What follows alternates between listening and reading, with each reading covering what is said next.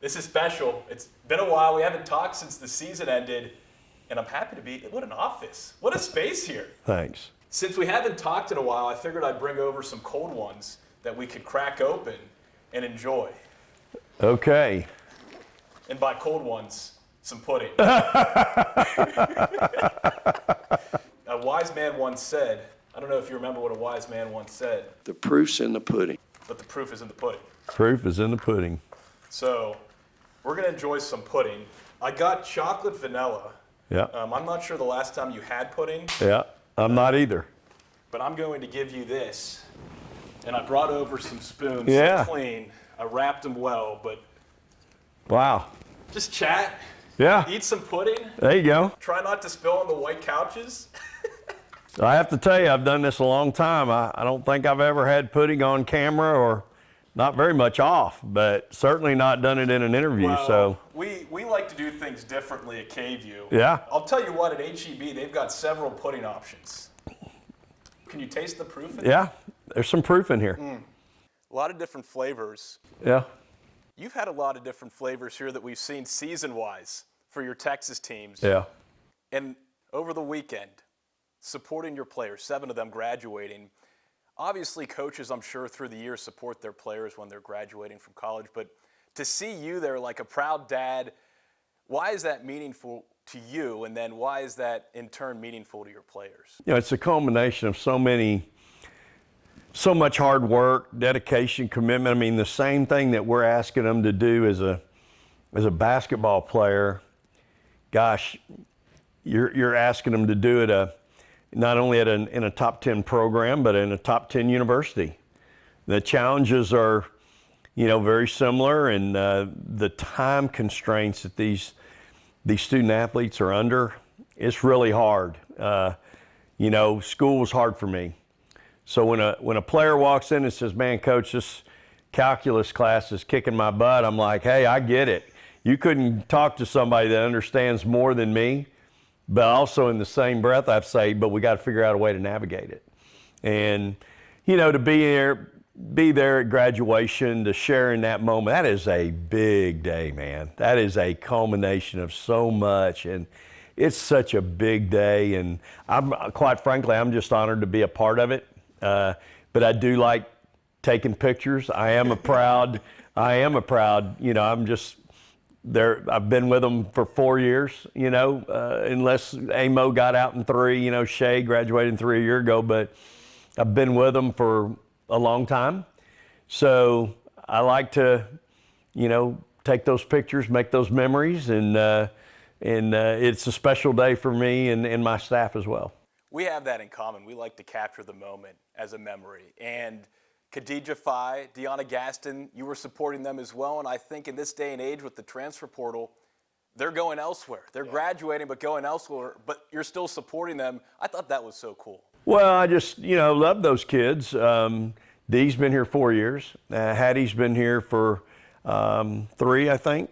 And, wanting them to do well, wishing them the best, but at the same time, so proud of what they've accomplished here, what we've been able to teach them here.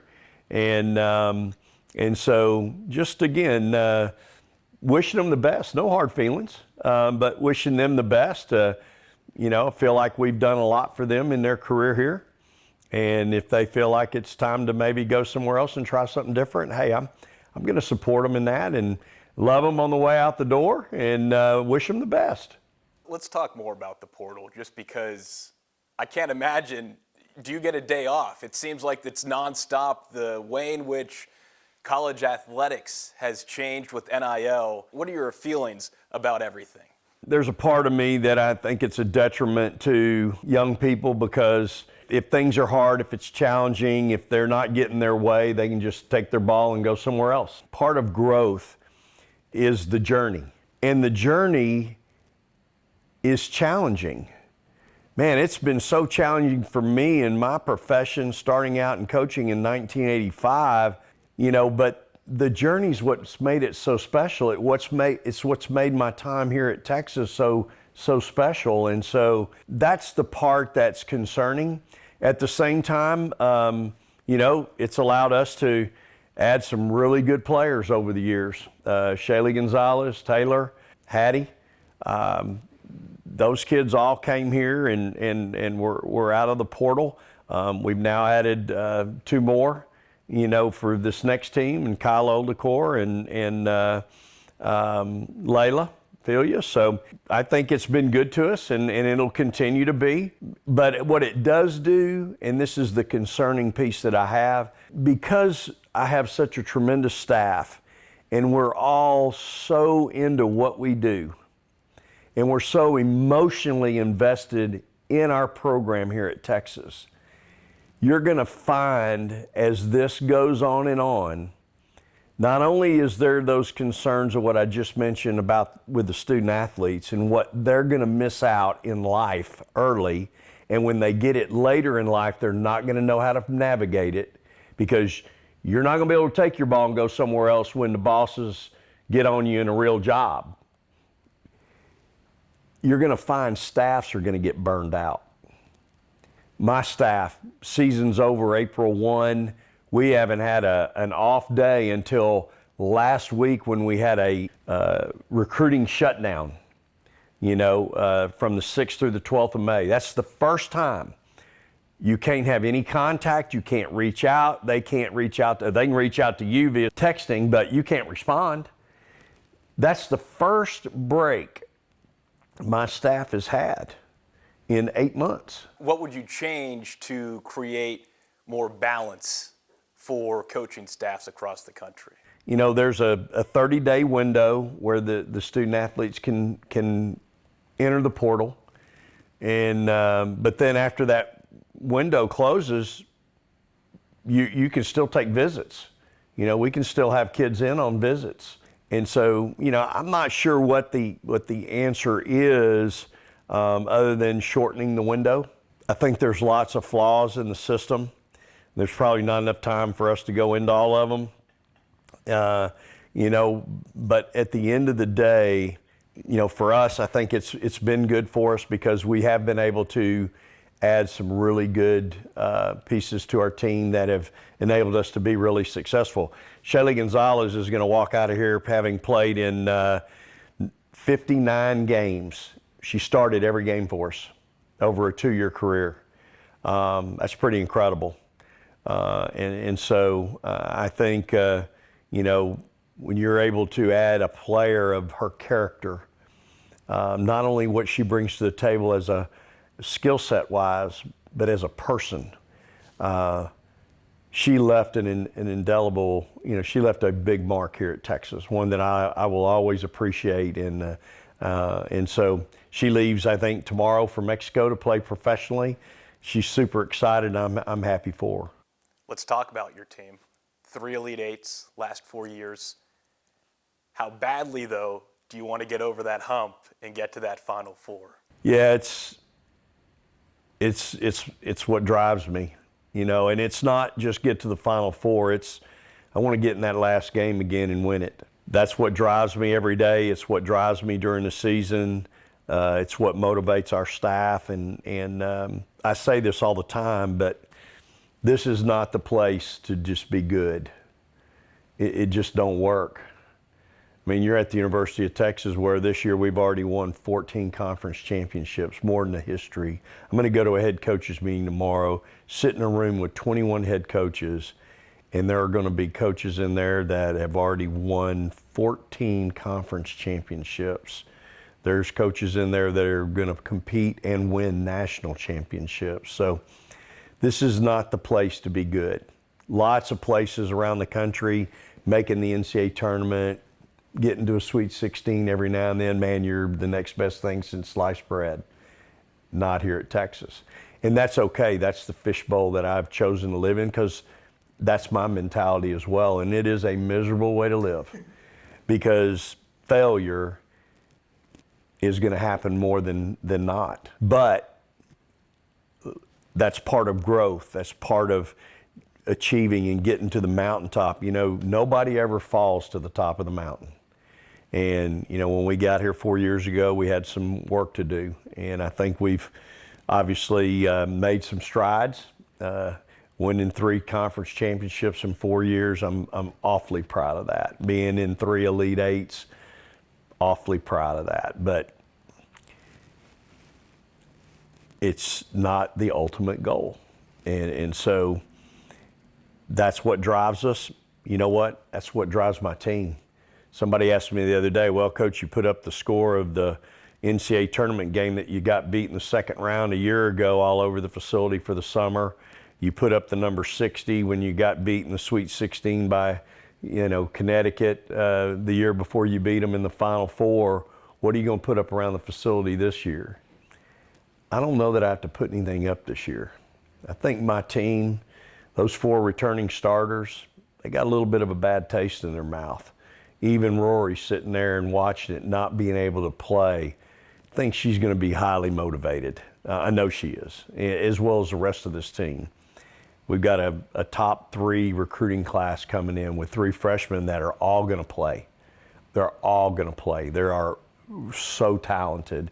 And then you add an all Big Ten first team player in Layla, who's a monster, who's going to be so good for us, be great in our system. You had Kyla at 6'6", an incredible frame, pro body, just needs to be taught some skills, but wants to be great. Pretty excited about my team next year. I was going to ask you look at your roster, you look at who's coming back and who you have coming in for the first time. Yeah. Do you think this is the year that, not that Texas hasn't been a part of that national conversation, but Right. you look at the typical teams that get talked about most nationally, Yep. Texas has seemingly been right on the fringe of that, and you look at your roster, you look at what you have, and you just talked about it. Yep. Don't you think this is the year that your team kind of explodes across the country? Well, I thought last year's team, before Rori went down, that was a team that was built to win it. And that's the thing that's so hard in coaching. You work so hard to build that roster. And there, each player brings a specific role and a value. And when you lose someone like a Rori Harmon, not only from a player perspective, but just that person that has a presence on the floor, that leader, that energy every day in practice, it can be very devastating. And this is what I loved about last year's team. They refused to let that label them or put them in a hole or in a corner or whatever you want to say. Their competitive spirit separated them. And I think that has so much to do with the character of those young ladies and who they are. And so this team coming up, we get, like I just mentioned, you got 3, it's a top 3 recruiting class with those 3 freshmen. You got McDonald's All-Americans coming in, 2 top 10 kids. The other young lady should have been top 10 in my opinion. Brianna Preston is going to be, people are going to look at her and they're going to watch Rori and they're going to try to figure out who's quicker and who's faster, because she's right there. Then you add the 2 young ladies out of the portal. So that's 5 young ladies. They're all going to play with 4 returning starters. And then you've got some players like a Jakalinga coming off the bench who's going to be a year older, year wiser. And so, yeah, I'm excited about that team. But just remember, we had the same we were ready to make a move, I thought, last year. And then you have that one injury that changes you a little bit. But again, the unselfishness. When you take a Madison Booker at small forward. First time you mentioned her name in this conversation. Yeah, but you take a Madison Booker at small forward and you put her at point guard, just the unselfishness of her. You think about it, so many kids, they don't want to play out of position. Oh, you're hurting my next level. This is not what I signed up for. This is not my. Madison Booker just wants to win. And that says so much about her and her character. And not everybody's like that. I promise you. I had kids on my team last year that weren't like that. but she just wanted to win. She didn't care what position, and she embraces being uncomfortable, because the fact of the matter is, to grow, you got to get uncomfortable, and you got to get comfortable being uncomfortable. And she did. She got uncomfortable really quick, and she figured it out, and she embraced it. So I'm excited about our team coming up. Absolutely. I think it's got a chance, and we'll hopefully get everybody here. I got Jordan Lee's going to be playing USA basketball this summer, so she won't get here until late first summer session. We've got some other kids involved in some stuff, and so I probably won't have all of them here until probably second summer session, really. And that'll, that's not ideal, but at the same time, they're going to be playing wherever they are. How's Rori doing in her recovery? Yeah. And then you mentioned Madison Booker. How does she take that next step? And then how do you go back to what your original plan was before Rori went down last year? Or how do you mesh those two now coming in hopefully both fully healthy? Rori's doing great. We met this morning as a staff. Zach was in there, our strength and conditioning coach, and she is doing well. She's, I think it's safe to say she's ahead of schedule. How far, I don't know, but she's doing well. And so there's no question in my mind she's going to be ready to go. Madison Booker's excited to have her back at point guard. She's probably the happiest kid on our team. She says, I get my PG1 back. And I think that's the thing about our team. They love playing with each other. Rori just does so much for us at point guard, was having an unbelievable All-American season when she went down. Our team will be super excited to get her back, and she's doing really, really well. It should be fun when you can get them all back on the floor again. SEC schedule release upcoming. How scared should all those future SEC opponents be of what Texas is going to bring to an already stacked conference? Yeah, well, one thing I know about that league, and I've lived in it 14 years, nobody is afraid of anything. And, on any given night, if you're not ready to play, you won't get beat, you'll get embarrassed. And so there's so many great coaches, so many great players in that league.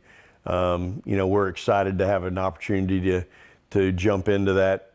We'll be jumping out of the frying pan and into the grease. That's all we're doing. I mean, the Big 12's been really, really good. Same thing, a lot of great coaches, a lot of great players. But going into the SEC, I mean, I'm very familiar with the lay of the land there, and certainly had to navigate that schedule in the past. I think for our fans to know, we've got home and homes with, South Carolina. You've got a home game with LSU. We've got Florida at home, Vanderbilt at home, Tennessee at home, to name a few. We have to go to Ole Miss, to Mississippi State, to Auburn, to Kentucky, to Georgia. Are you looking forward to the return to Mississippi State? Oh, yeah. Yeah, absolutely. Had 8 great years at Mississippi State, and still have so many great friends there. And you know what? Taking a former player back there in Blair who had a great career there, Coach Schaefer Jr., all defensive team in the SEC and played on back-to-back national championship games. I'm sure there'll be a lot of people in that arena that'll come back. They're not back to see me. They'll be back to see Blair, because she brought a lot of happiness and excitement to that program while she was there. So absolutely, excited to be able to go back there. Given the popularity right now of women's basketball, I feel like for you and me, I mean, we live this, we cover it, we coach it, but on a national level, this past season was unbelievable, it felt like. No knock on the Big 12, but I feel like a move to the SEC with all those great teams, South Carolina, is only going to help Texas women's basketball. Yeah, I mean, I think every night you're going to be in an arena with a great team. We're going to face a great team every night. I'm going to go against great coaches every night, great coaching staffs. And so you're going to go against teams that, programs that are potentially in the top 25, night in and night out. So like I said, you better be ready to go every night. And the exposure that you get being on the SEC network, ESPN, family and networks, potentially every night, is going to be great for our program and great for the SEC. I think while the SEC brings something to the table for us here at Texas, I think the University of Texas brings a lot to the table for the SEC in every sport. And certainly in women's basketball, we're going to try to do our part. Let's end with a couple fun questions. Yeah. You have a lot of Vic-isms. I get a lot of enjoyment out of that personally. Yeah. We're eating pudding. Obviously, you have one that the proof is in the pudding. Yeah. But if you had to pick one Vic-ism that you love the most, or I don't know, would want on your gravestone, not that we need to talk about that, which one would be on that gravestone? Oh man, you know, I have a lot of colleagues that they've heard me say that ain't it, and you know that's one of them that I think our kids even had a T-shirt made up this summer to work out in that on the back of it that says that ain't it, and so you know that's probably one that jumps to my mind. I don't know, you know, there's so many. Those comments are a lot of times they're not complicated. No. You know, they're easy for the regular Joe Blow to understand. You know what you're thinking, and you know there's so much terminology in coaching and all that, but sometimes it's just not that difficult. You know, it's just not that hard, and so that was probably my favorite though. That ain't it. I don't think I've heard that we need that more in front of the media. That Yeah. ain't it. Like a Danny Davis question, Danny, that ain't it. Yeah. I could say that to Danny on a couple things every now and then, but yeah, no, it's yeah, that's probably not one that I've had to say up on the podium a lot. I'd like to know your earliest childhood basketball memory. You have a lot of memories, I'm sure, growing up, but is there one that sticks into your head as to, this is why I love this game? Growing up, tremendous home. Mom and Dad were so loving and worked so hard, you know, to provide. Probably what I remember most about it is we couldn't afford a backboard. All we had was a goal on the side of the facing of the garage. That's it. And I would literally get up in the mornings and I would play out there all day on a goal with no backboard on the driveway. But it was enough, you know. It's not like, you know, they had developed these portable goals that you can buy now down at Walmart for 99 bucks. If you had a backboard, you were lucky because somebody cut it out and made it. And nobody in my neighborhood had a backboard. And so thinking back all the way to when I was a child, I mean, that was the rim that we had. Sometimes it had a net, sometimes it didn't, you know. And I can remember knocking the window pane out of the closed garage door, you know, at times was that ball would go through the rim, and if there was no net on it, it would come down at the right angle. And we had some window panes, square window panes, across the garage doors, and every now and then it or you might pull up short, you might have shot it short and it hit that window pane, but my parents never raised Cain about that. They knew I was outside. And you know, growing up, I was an outdoor kid, and when it got hot in July and it was 100 outside, we played outside. That's just what we did. And I can remember going over to my best friend's house, Doug Forbes, and playing one-on-one, winning 102-98 and running it back, you know, and then you play again, somebody wins 102-98, you know, and it's just what we did. You mentioned your journey and how important the journey is in learning from mistakes and growing and overcoming obstacles. Yeah. To start from a home where you had a bucket but no backboard to this facility now, the Moody Center, do you ever take time to reflect on your journey? Oh, absolutely.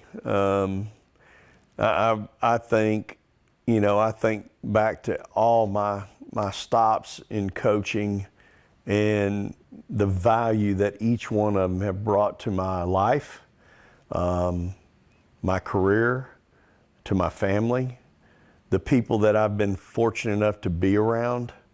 When I was an assistant, the head coaches that I worked for that took time to and valued me as a young coach and put their handprint on me and what I was able to take from those experiences. I have a great appreciation for every coach I've ever worked for.